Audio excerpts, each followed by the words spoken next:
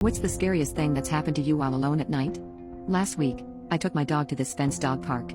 I try to go around 5 or 6 because that's when most people get off work and bring their dogs, so there's a large number of dogs for my puppy to socialize and play with. It rained earlier in the day but stopped, so I was surprised to see only one person in the dog park. I knew both him and his dog, and we chatted for a bit while our dogs chased each other around. A low, thick fog covered the entire dog park. It was that horrible weather that was somehow both humid and cold, just a dreary, rainy fall day. It wasn't that dark yet, so when the guy and his dog left, I decided to stay for a while and play fetch with my dog. Mistake number 1. I throw the ball around for a bit, and on one throw, something caught my eye.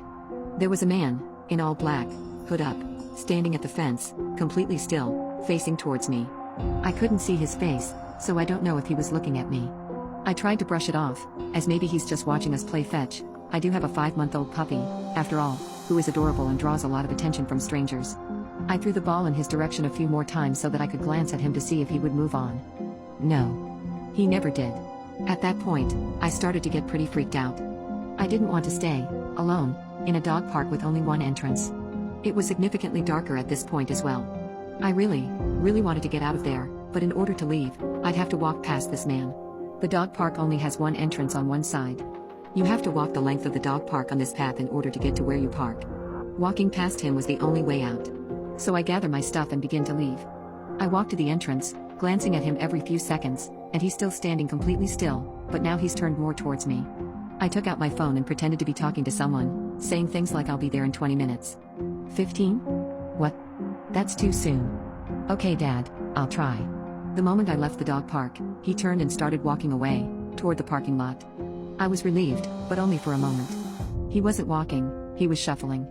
Only a few feet at a time. Then he would stop completely. Turn around and look at me, and then keep going. Then his walking changed.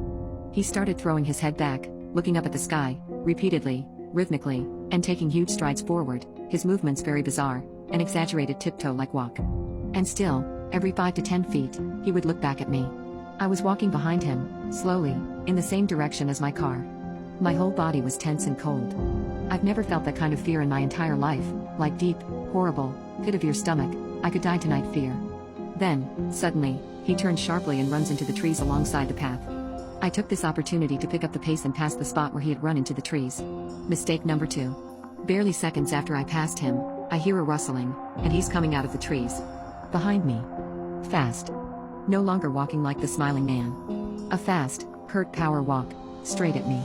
This is where I noped the heck out and just started sprinting. My puppy was clueless to everything and was having a great time. I was only about 30 yards from my car. I scooped up my dog and jumped in the driver's seat, started my car, locked the doors, and peeled out of there as fast as I could.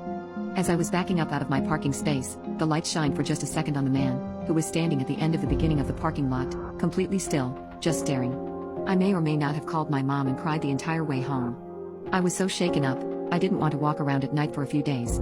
Now I make sure that I am never the last person in the dog park.